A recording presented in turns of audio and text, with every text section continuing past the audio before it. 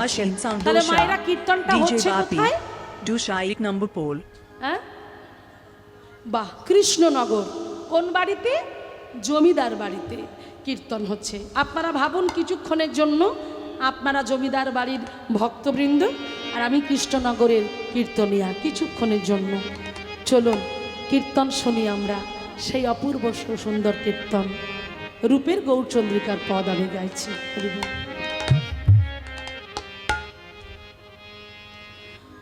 ওগো দামিনী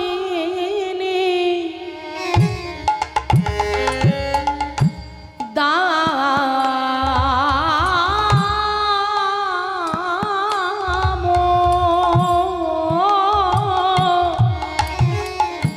ওগো দমন রুচি দর্শনে আহামরি রে,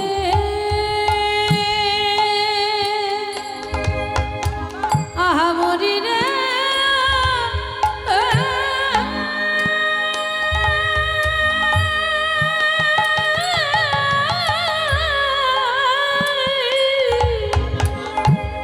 আহামরি রে,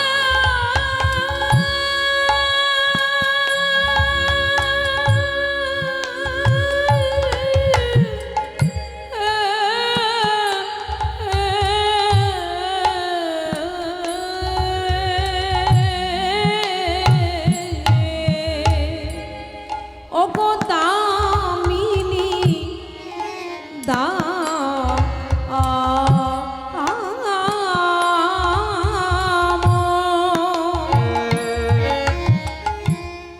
দমন রুচি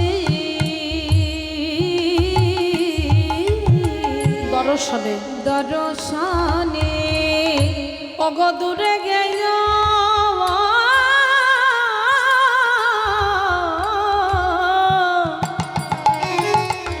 ওগো দূরে গেল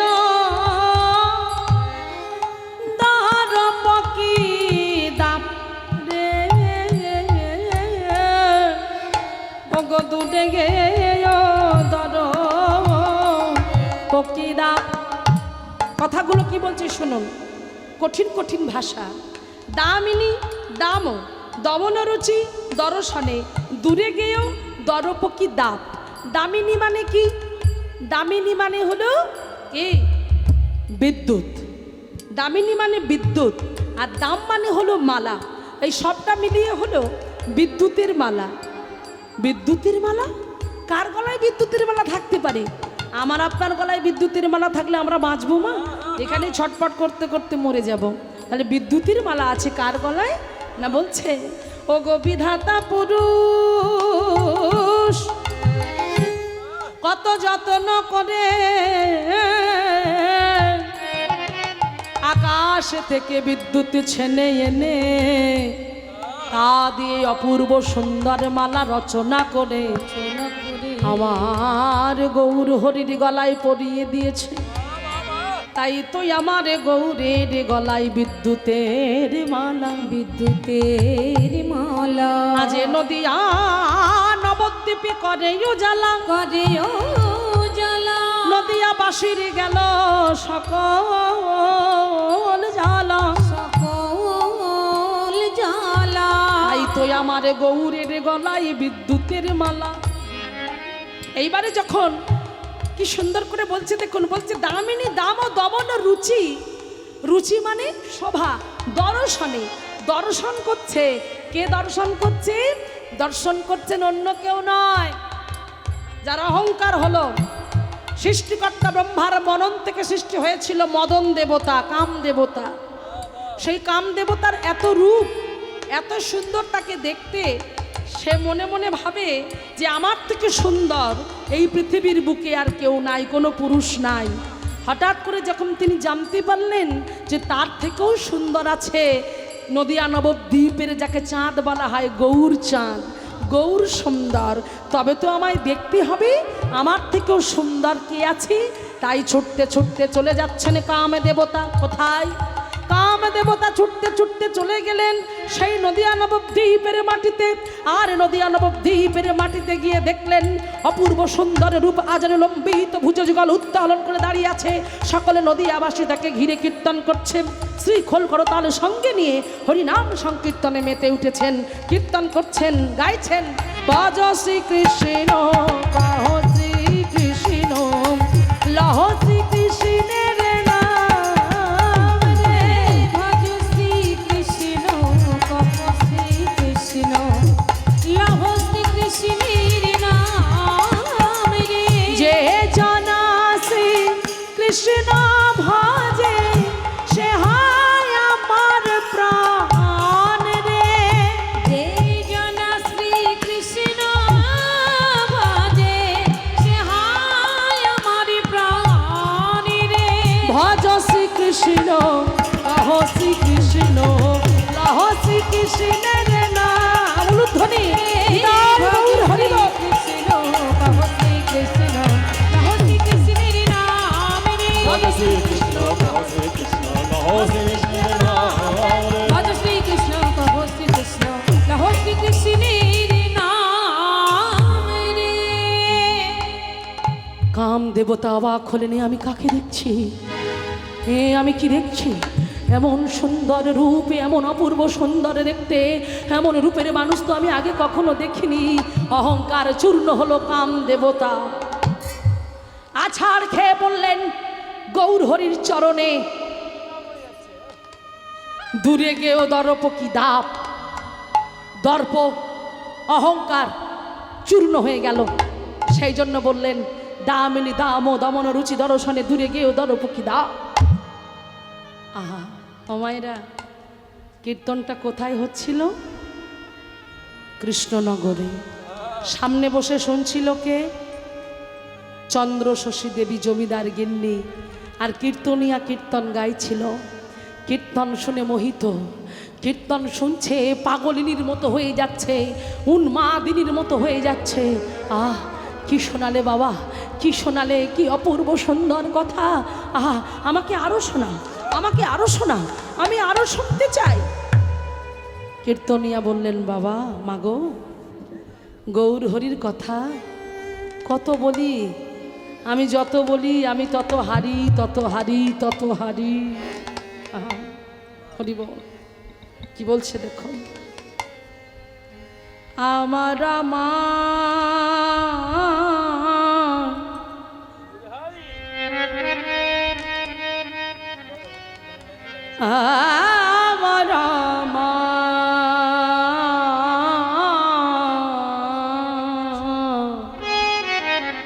দুটো গীতালি আমার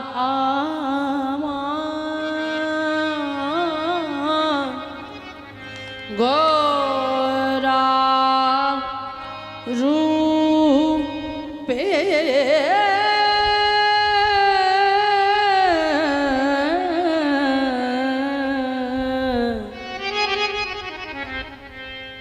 গোরা রূপে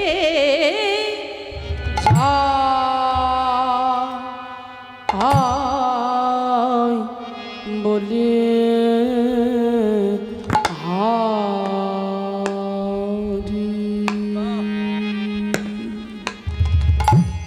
আমার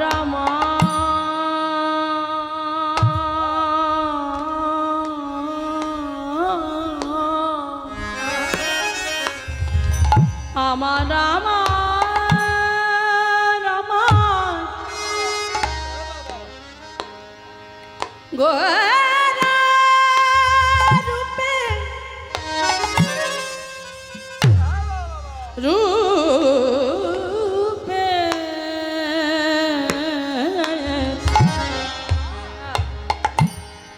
এ রূপে যে দেখেছে সেই তো জানে, আন জনে জানবে কেমনে কেমনে।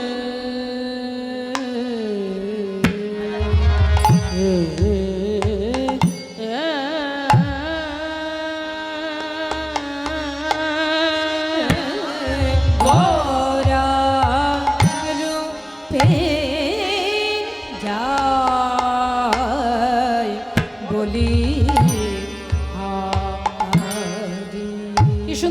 তোরা রূপের যাই বলি হারি। হ্যাঁ, কীর্তনিয়া শোনাচ্ছেন, সামনে বসে চন্দ্র শশী দেবী শুনছে। এমন রূপ আমি আগে কখনো দেখি নাই, এমন রূপ আমি আগে কখনো দেখি নাই। নয়ন জলে বক্ষ ভাসিয়ে কেঁদে কেঁদে যখন কীর্তনিয়া কীর্তন করছে, সামনে বসে চন্দ্র শশী দেবী শুনছে, তিনিও কাঁদছেন নয়ন জলে বক্ষ ভাসিয়ে। বদন, এই দেখুন নয়ন জলে বক্ষটা ভেসে যাচ্ছে, কেঁদে কেঁদে কি বলছি জানো? এমন রূপ তো কভু দেখি নাই রে, এমন রূপ দেখি নাই রে, এমন রূপ তো কভু দেখি নাই রে, এমন রূপ দেখি নাই রে। এ রূপ যে দেখেছে সেই তো জানে, রূপ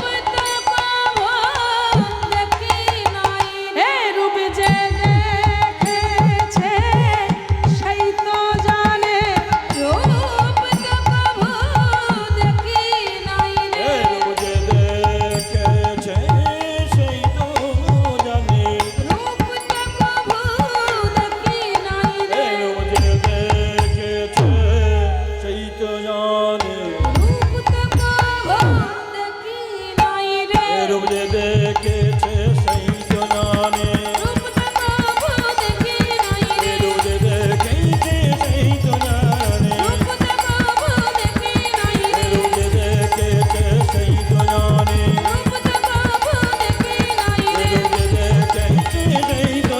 রূপ দেখি নাই এ রে। রূপ যে দেখেছে সেই তো জানে, দেখি নাই এ রে। রূপ যে দেখেছে সেই তো জানে, রূপ দেখি নাই এ রে। রূপ যে দেখেছে সেই তো জানে, রূপ দেখি নাই এ রে। রূপ যে দেখেছে সেই তো জানে, দেখি নাই এ রে। রূপ যে দেখেছে সেই তো জানে, এ রূপ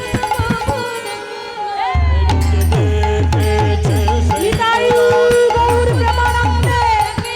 এ রূপ যে দেখেছে সেই তো জানে, দেখি নাই এ রে। রূপ যে দেখেছে সেই তো জানে, দেখি নাই রে। এ রূপ যে দেখেছে সেই তো জানে, দেখি নাই রে।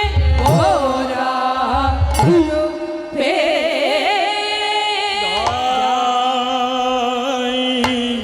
বলি হরি। কীর্তন শেষ হয়ে গেল। এবার যখন কীর্তন শেষ হয়ে গেল, সেই কীর্তন শ্রবণ করে ভক্তবৃন্দরা চলে যাচ্ছে আর কীর্তনিয়া চলে গেল, কিন্তু চন্দ্র শশী দেবী থাকতে পারলেন না। সুন্দর করে হৃদয়ের খাতাতে তুলি দিয়ে অপূর্ব সুন্দর ছিল, কিছুক্ষণ আগে ছিল স্বামীর বিরহ ব্যথা, সেই স্বামীর বিরহ ব্যথাটা চলে গিয়ে এলো গৌর হরির বিরহ ব্যথা। অন্তরের অন্তঃস্থলে তুলি দিয়ে যেন এঁকে নিল গৌর হরির অপূর্ব সুন্দর ছবিটা। ছুটতে ছুটতে চলে গেল ঘরের মধ্যে। ঘরের মধ্যে চলে গিয়ে ঘরের দরজাটা বন্ধ করে দিল। মায়েরা লক্ষ্য করো, ঘরের দরজা বন্ধ করে দিল, জানালা বন্ধ করে দিল। অন্ধকার ঘরে নয়ন জলে বক্ষ ভাসিয়ে চিৎকার করে কেঁদে উঠল গৌ।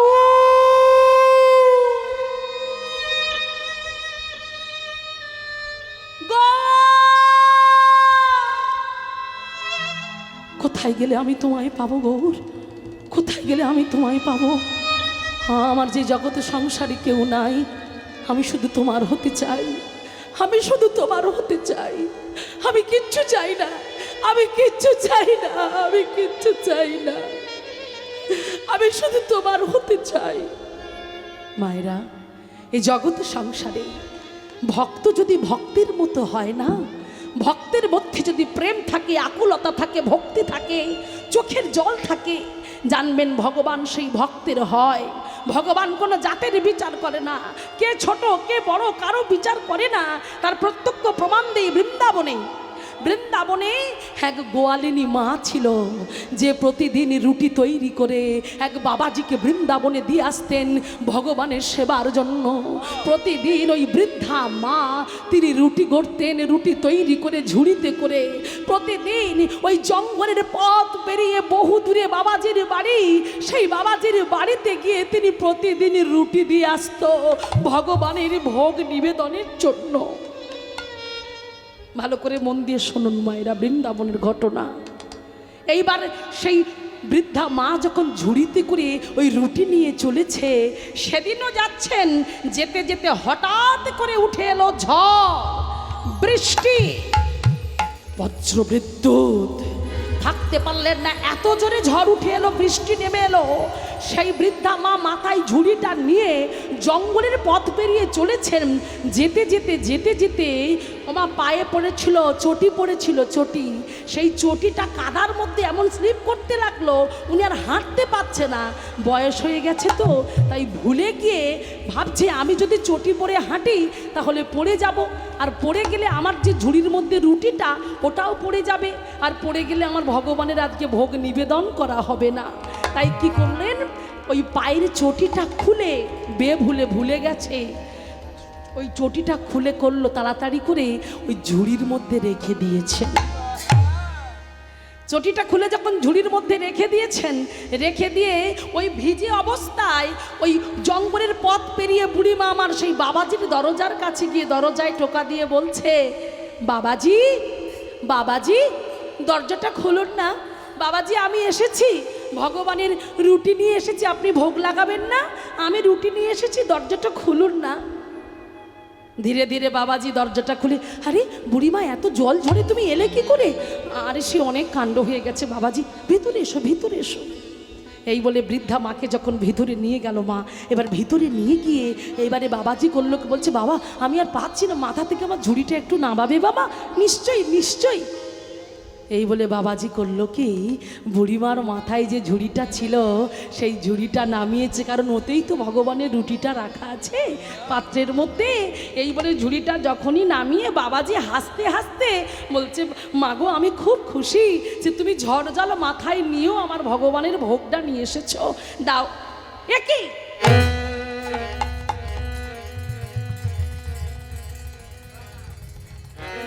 বুড়িমা, এ তুমি কি করলে?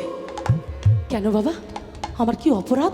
অপরাধ মানে তুমি তোমার চটিটা নিয়ে যাতে ভগবানের ভোগ আছে সেই ঝুড়ির মধ্যে রেখে দিয়েছো। বাবা আমি আমি একদম বুঝতে পারিনি বাবা, আমি একদম বুঝতে পারিনি যে ওই আমি বুঝতে পারিনি, আমি মনের ভুলে রেখে দিয়েছি। চুপ করো, চুপ করো তুমি। ছি ছি ছি ছি ছি ছি, আজকে আমার ভগবানের ভোগটাই নিবেদন করা হবে না। তুমি ভগবানের ভোগের উপরে তোমার নিজের চটি দুটি এমন করে কাদা মাখানো চটি তুমি রেখে দিয়েছো। ছি ছি বুড়িমা, ছি, চলে যাও নিয়ে তুমি, আজ ভগবানকে আমি ভোগ লাগাবো না।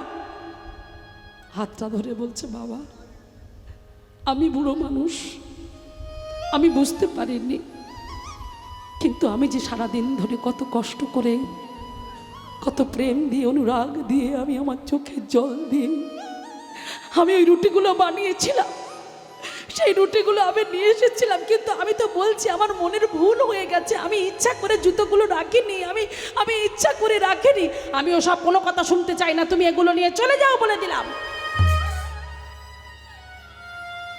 গোয়ালিনী মা থাকতে পারলেন না, বাবাজি যখন তাকে এমন করে দুঃখ দিয়ে কথা বলেছে, ধীরে ধীরে চোখের জল ফেলতে ফেলতে যার মধ্যে রুটিটা ছিল ওই ঝুড়িটা হাতে তুলে নিয়ে বলছে, গোপীনা আজকে তাহলে তুমি অভুক্ত থাকবে? আমার তো কোনোদিন ভুল হয় না, আমি তো কোনোদিন ভুল করিনি, কিন্তু আজকে বৃষ্টির জন্য আমার চটি দুটো বেভুলে আমি ঝুড়ির ওপরে রেখেছিলাম বলে বাবাজি আজকে রুটি দিয়ে তোমার সেবা দিল না। ঠিক আছে, আমি চলে যাচ্ছি, আমি অপরাধ করেছি, তুমি আমাকে ক্ষমা করে দিও, তুমি আমাকে ক্ষমা করে দিও। নয়ন জলে বক্ষ ভাসিয়ে কাঁদতে কাঁদতে যখনই ঝুড়ির মধ্যে যে রুটির পাত্র ছিল সেই পাত্রের ঢাকনাটা যেই খুলে দিয়েছে, দিয়ে কি দেখলো জানো? ভক্তের চোখের জলে যে ভগবান থাকতে পারে না। ওগো মদন গোপাল, ওগো শ্যামা হলুদ ধরে নিতাই গৌর প্রেমানন্দে একবার হরি বল।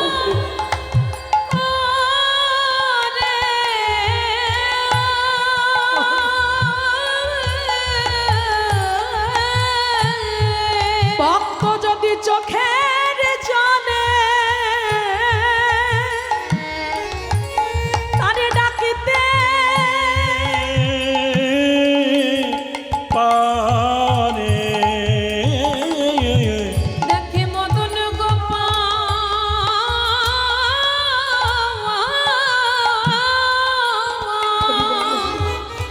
শ্যামা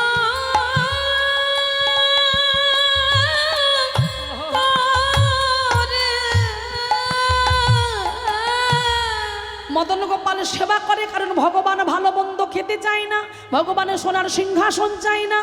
ওমা কি চাই জানো? ভগবান চায় ভক্তের দুফুটা চোখের জল। নয়ন জলে বক্ষ ভাসিয়ে যদি একবার হা কৃষ্ণ হা গোবিন্দ বলে ডাকতে পারে, আমার ভগবান যে সন্তুষ্ট হয়। তাই আজ ঘরবন্দি অবস্থায় চন্দ্র শশী দেবী নয়ন জল দিয়ে ডেকে উঠে বলল, গৌর হরি কোথায় তুমি? কোথায় তুমি? তোমাকে আমি কোথায় গেলে পাবো?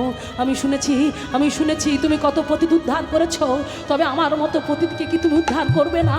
কৃপা করো, করুণা করো। এই জগতের সংসারে যে আমার কেউ নাই, আমার কেউ নাই। আপন করিয়া রাঙা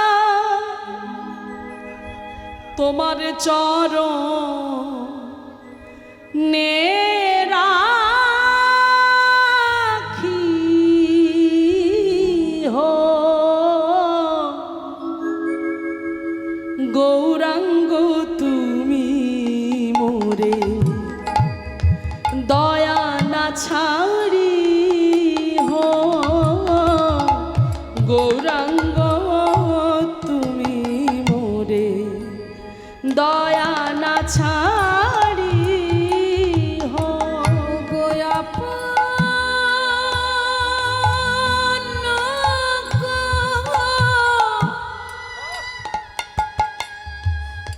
করিয়া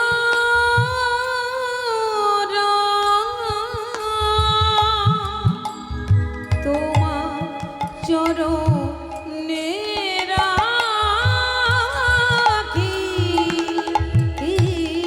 হো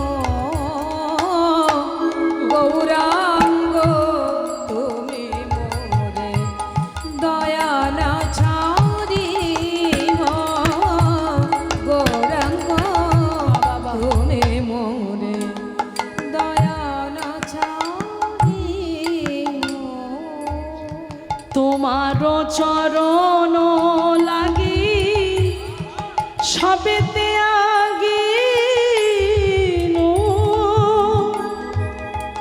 শীতল চরণ পাইয়া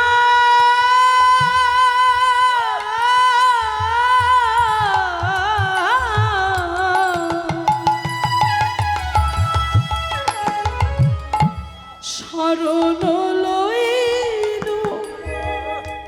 তোমার চরণ লাগি সবেতে আগিনু শীতল চরণ পাইয়া শরণ। পদকর্তা বাসুদেব ঘোষের পদ, কি সুন্দর কথা দেখুন। বলছে প্রভু তোমার ওই চরণে আমি শরণ নিলাম, কারণ এই সংসারটা মরুভূমি। এই সংসার মরুভূমিতে থাকতে থাকতে আমি জ্বলে যাচ্ছি, আমি পুড়ে যাচ্ছি, আমি আর পারছি না। এখানে বড় জ্বালা, বড় যন্ত্রণা, বড় কষ্ট, আমার ভিতরটা জ্বলে যাচ্ছে, আমি শীতলতা পাচ্ছি না। তাই আমি শুনেছি, হ্যাঁ আমি শুনেছি তোমার চরণ যদি কেউ একবার ধরতে পারে তার সকল জ্বালা, তার সকল যন্ত্রণা জুড়িয়ে যায়। তুমি কৃপা করবে না প্রভু? তুমি কৃপা করবে না? কত পতিত তুমি উদ্ধার করলে, তবে আমার মতো পতিতকে তুমি উদ্ধার করো প্রভু, উদ্ধার করো। নয়ন জলে বক্ষ ভাসিয়ে কাঁদছে।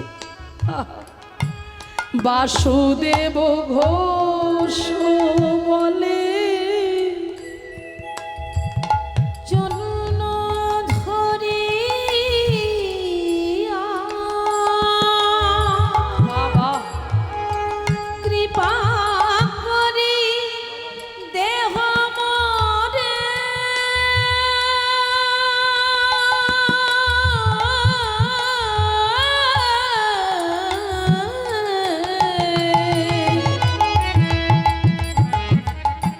পদ ছায়া দিয়া তোমার চরণে ছাড়া আমায় কোনো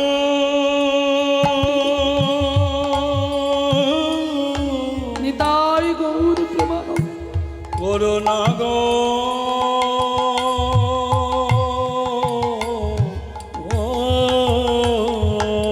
তোমার ওই চরণে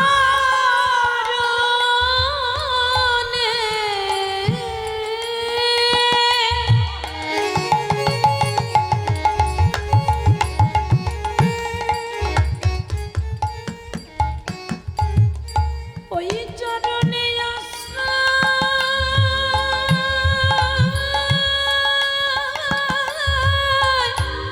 দিও প্রভু গো। তোমার চরণ ছাড়া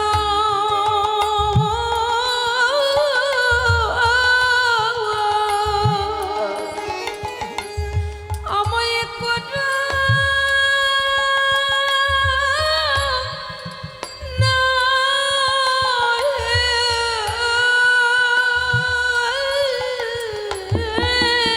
গিন্নিমা গিন্নিমা গিন্নিমা কে কে আমায় এমন করে গিন্নিমা বলে ডাকলো? হঠাৎ করে ওই গৌর গৌর প্রেমে পাগল হয়ে গৌর হরির কথা বলতে বলতে হঠাৎ করে দরজায় টোকা এলো। কে? আমি আমি আমি নায়েব মশাই। নায়েব মশাই? গিন্নিমা তাড়াতাড়ি করে চোখের জলটা মুছতে মুছতে দরজার কাছে এসেছে। মা ধীরে ধীরে দরজার কাছে এসে ওই দরজাটা খুলে ফেলেছে। দরজাটা খুলে এসে দেখছেন যে নায়েব মশাই দাঁড়িয়ে আছেন। নায়েব মশাইকে দেখে বলছেন, নায়েব মশাই এই অসময়ে আপনি এখানে কি করছেন? নায়েব মশাই বললেন, গিন্নিমা আমরা একটা সমস্যায় পড়েছি। সমস্যায়? বীরভূমের একটা গ্রাম, যে গ্রামটার নাম কোটরা গ্রাম, ওই কোটরা গ্রামবাসী 3 বছর ধরে কোনো খাজনা দিচ্ছে না। তাই আমরা অনেকবার চেষ্টা করে হয়নি। তাই আমরা ভাবলাম আপনি যদি আমাদের সঙ্গে থাকেন হয়তো আপনাকে দেখে খাজনা দিতে পারে। মায়েরা এই দেখুন ভগবান কিভাবে রাস্তা পরিষ্কার করছে। দেখুন ভগবানের কাছে নিয়ে যাওয়ার রাস্তা তৈরি করছে। ভগবান বলে, হ্যাঁ তুমি যদি আমার চিন্তা করো, যে যথামাং প্রবদ্ধম তেস্তাং তথাইবা ভজাম মাহাম, যে ভক্ত আমার ভজনা করে আমিও তার ভজনা করে থাকি। কেউ যদি আমার জন্য 1 ফোঁটা চোখের জল ফেলে আমি তার জন্য 2 ফোঁটা চোখের জল ফেলি। কেউ আমার জন্য যদি 1 পা এগিয়ে যায় আমি ভগবান আমি তার জন্য 10 পা এগিয়ে যাই। তাই দেখুন ভগবান যেন ভক্তের হৃদয়ের কথাটা বুঝতে পারলেন, ভক্তের হৃদয়ের যে ব্যথাটা বুঝতে পারলেন, যে ভক্ত আমায় খুঁজছে, ভক্ত আমায় চাইছে। তাই পথটা কেমন করে পরিষ্কার করছে দেখুন। নায়েব মশাই যখন বললেন বীরভূমের ওই কোটরা গ্রামে 3 বছর খাজনা দিচ্ছে না গ্রামবাসীরা, তখন ওই গিন্নিমাকে নিয়ে তারা রওনা দিলেন সেই কোটরা গ্রামে। আর সেই কোটরা গ্রামে যেতে যেতে যেতে যেতে যেতে যেতে হঠাৎ করে দেখলো পথের মাঝখানে একটা বিশাল বড় গর্ত। ওই গর্তটা দেখে চমকে উঠলেন নায়েব মশাই, চিৎকার করে বললেন গিন্নিমাকে, গিন্নিমা আমার মনে হয় এই কোটরা গ্রামবাসী আপনাকে বিপদে ফেলবার জন্য এই জঙ্গলের মধ্যে একটা বড় করে গর্ত খুলে রেখেছে। এই কথাটা শোনানোর পর গিন্নিমা একটু অবাক হয়ে গেলেন। গিন্নিমা মনে মনে চিন্তা করলেন, এ কিছুতেই সম্ভব নয়, ওরা আমাকে যেতে দেবে না বলে এমন করে গর্ত খুলে রেখেছে, অন্য পথ দিয়ে যাব না মশাই। দেখুন মায়েরা এরপরে কি ঘটনাটা ঘটছে দেখুন। অন্য পথ দিয়ে যখন ওই পালকি নিয়ে যাওয়া হলো, সেই পালকিটা নিয়ে যেতে যেতে গ্রামে এসে যখন অবশেষে পৌঁছানোর পর কি হলো দেখুন, সেই গ্রামে যখন এলো, এসে দেখছে চারিদিকে শুনশান, কেউ কোথাও নাই। আহা হরিবল, ভগবানের কেমন লীলা খেলা দেখুন, কেউ কোথাও নাই। এমন সময় গিন্নিমা রেগে গিয়ে ক্রোধান্বিত হয়ে গিয়ে নায়েব মশাইকে বললেন, নায়েব মশাই, আমার মনে হয় এই গ্রামে কেউ থাকে না, তাই আপনি এই গ্রামে যত ঘরবাড়ি আছে আগুন ধরিয়ে দিন। মশাল জ্বালিয়ে যখন আগুন আগুন করে চিৎকার করছেন, ঠিক ওই গ্রামে ছিল মোড়ল মশাই, যার 70 থেকে 75 বছর বয়স হয়ে গেছেন। সেই মোড়ল মশাই আগুনের ধ্বনি শুনে, শব্দ শুনে তিনি বেরিয়ে এলেন লাঠি হাতে। আর লাঠি হাতে বেরিয়ে এসে যখন গ্রামের মাঝখানে এসে দাঁড়িয়েছেন, দেখছেন সেই কৃষ্ণনগর থেকে জমিদার গিন্নি দাঁড়িয়ে আছেন। এসে প্রণাম করে বললেন, গিন্নিমা প্রণাম নেবেন, এই অধমের প্রণাম নেবেন। গিন্নিমা ক্রোধান্বিত হয়ে বললেন, দাঁড়ান, প্রণাম করবার আগে আমার দুটো প্রশ্নের উত্তর দিন তো দেখি। বলে উঠলেন, কি প্রশ্ন গিন্নিমা? প্রথম প্রশ্ন, আসার সময় দেখলাম পথের মাঝখানে একটা বিশাল বড় করে গর্ত খোলা আছে, ওই গর্তটা কেন খোলা হয়েছে? 1 নম্বর প্রশ্ন। আর 2 নম্বর প্রশ্ন হলো, আপনারা 3 বছর ধরে কোনো খাজনা দিচ্ছেন না, সেই খাজনাটাই বা কেন দিচ্ছেন না? এই দুটো প্রশ্নের উত্তর আমাকে দিতে হবে। তাহলে ভক্তমণ্ডলী, বাবা আমার ভক্তিমতী মায়েরা, ভগবান কার সাথে কেমনভাবে লীলা খেলা করে দেখুন, কেমন ভক্তের সাথে কেমন লীলা করে। আমরা সবাই বলি ভগবান নাকি পাথরের, ভগবান নাকি মাটির, ভগবান নাকি কাষ্ঠের। আমরা ডাকতে পারি না, তাই ভগবান আমাদের কাছে কাষ্ঠের, মাটির, পাথরের। জানো মায়েরা, ডাকার মতো ডাকলে না ভগবান অপেক্ষা করে থাকে কখন যাব আমি ভক্তের কাছে। কারণ সে ভক্তকে যে বড় ভালোবাসে, ভক্ত ছাড়া কিছু জানতো না। যদি সত্যি ভগবান পাথর হতো, যদি সত্যি ভগবান পাথর হয়ে থাকতো, তাহলে বলুন তো মায়েরা, আপনারা তো শুনেছেন অগ্রদ্বীপের গোপীনাথ, সেই লীলার মধ্যে আপনারা শুনেছেন যে গোবিন্দ ঘোষ নামে একজন ভক্ত ছিল, যে ভক্তের জন্য ভগবান নিজ হাতে পিণ্ডদান করেছিল। কে শুনেছেন কিনা? আমরা বলি ভগবান পাথর, মাটি, কাষ্ঠ। কে বলে ভগবান মাটি হয়েও কথা বলে না? যদি কথা না বলতো, বন্ধা নারী পদ্মাবতীর ডাকে কখনো সাড়া দিত না। যে পদ্মাবতী মা হতে পারেনি বলে স্বামীর কাছে আক্ষেপ করে বলেছিল, 20 বছরে বিয়ে হয়ে গেছে, আমি সন্তানের মা হতে পারিনি, স্বামী আমায় একটা সন্তান দাও। স্বামী বলেছিল, সন্তান কি গাছের ফল? তুমি আমায় বলবে, আমি তোমায় পেড়ে এনে দেব। পদ্মা বলল, আমি জানি না। কারণ মায়েরা জানবেন, নারী জীবনের 3টি শ্রেষ্ঠ সম্পদ, 3টেই কিন্তু সদিয়ে শুরু। বলুন তো মায়েরা, 3টে কি কি? 1 হলো স্বামী, 2 হলো সংসার, 3 হলো সন্তান। মেয়েটা বিয়ের পরে স্বামী পেয়েছে, সংসার পেয়েছে, আত্মীয় পরিজন পেয়েছে, কিন্তু সেই মেয়েটা যদি মা না হতে পারে, বলো তো কেমন লাগে? সারা জীবন বন্ধত্বের জ্বালা ঘোচে না, সবাই তাকে দূরে সরিয়ে দেয় বন্ধা নারী বলে। এই যে কি যন্ত্রণা, এই যে কি জ্বালা। যে মেয়ে, যে নারী মা হতে পারেনি, সে বুঝেছে, সে জানে। সেই পদ্মাবতী থাকতে পারলো না, স্বামীর চরণটা জড়িয়ে ধরে কেঁদে কেঁদে বলছে, স্বামী আমাকে একটা সন্তান দাও না, আমি আর এই যন্ত্রণা সহ্য করতে পারছি না। স্বামী ছুটতে ছুটতে গেল। ও মায়েরা, হ্যাঁ গো, কেউ কারো সন্তান দিতে চায়? হ্যাঁ গো, কারো যদি 10টা ছেলে থাকে, সে গরিব হলে না খেতে পেয়ে চোখের সামনে মরবে, কিন্তু সেই সন্তান অন্যকে দান করা যায় না গো। কিন্তু বন্ধু তো নিরুপায়।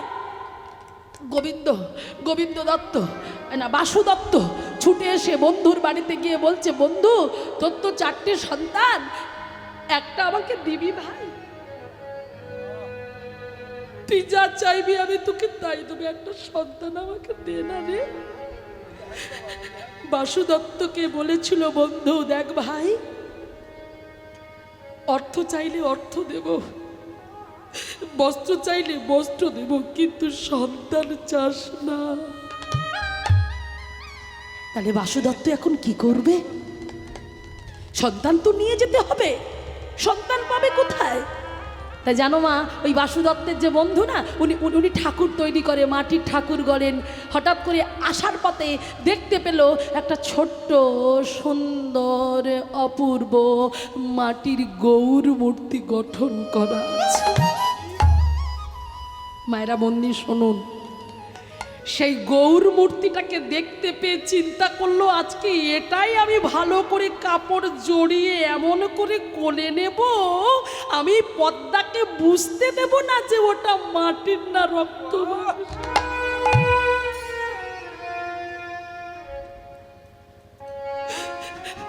সেই মাটির গৌরকে কোলে তুলে নিয়ে চোখের জল মুছতে মুছতে চলেছে আর বলছে, জানি না পদ্মা যদি জানতে পারে তাহলে কি করবে, কিন্তু নিয়ে তো যাই। পদ্মা, পদ্মা, কে? স্বামী এসেছে, নিশ্চয়ই আমার জন্য সন্তান এনেছে, নিশ্চয়ই আমার জন্য সন্তান। আসছি আসছি গো, আসছি। কই কই, দাঁড়াও দাঁড়াও পদ্মা, ওখানে দাঁড়াও, কাছে এসো না। কেন, সন্তান এনেছে বুঝি? দাও না, আমার কোলে দাও না, আমি একবার কোলে নিই। আমার যে মা হওয়ার বড্ড ইচ্ছা, আমি যে একবার মা ডাক শুনতে চাই, আমার কোলে একটু দাও না, আমি একটিবার ওই সন্তানকে কোলে নিতে চাই।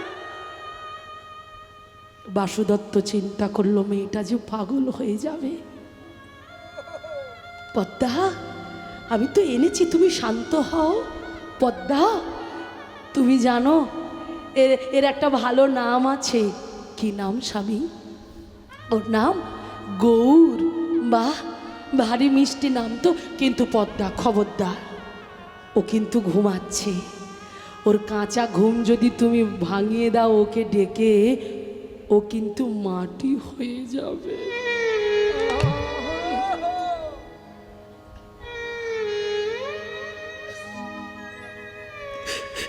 ভিতরে ভিতরে বাসুদত্ত পুড়িয়ে যাচ্ছে, জ্বলে যাচ্ছে, কি বলবে বুঝতে পারছে না।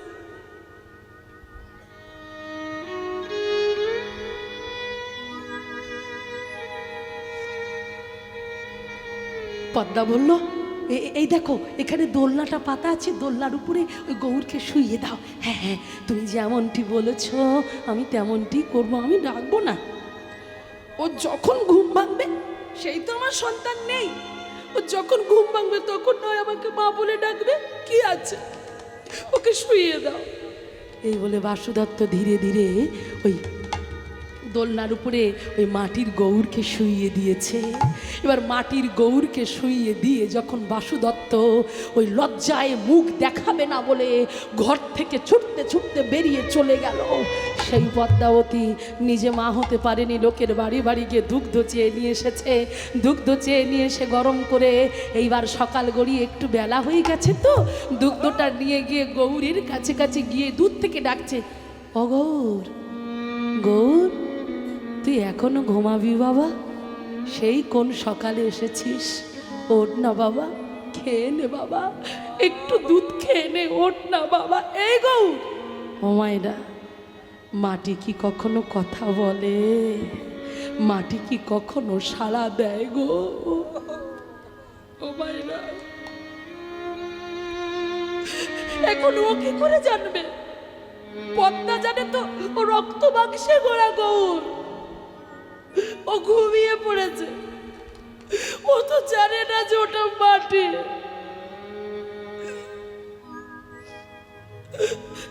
তাই থাকতে পারলেন না, দুধের বাটিটা নিয়ে চলে গেল, ঘুমাচ্ছি ঘুমাক। দেখতে দেখতে দুপুর গড়িয়ে গেল, আবার দুধটা গরম করে নিয়ে এসে আবার গৌরকে ডাকছে, দেখছে এখনো তো ঘুমাচ্ছে, কতক্ষণ ঘুমাবে। আবার দুধের বাটিটা নিয়ে চলে গেল।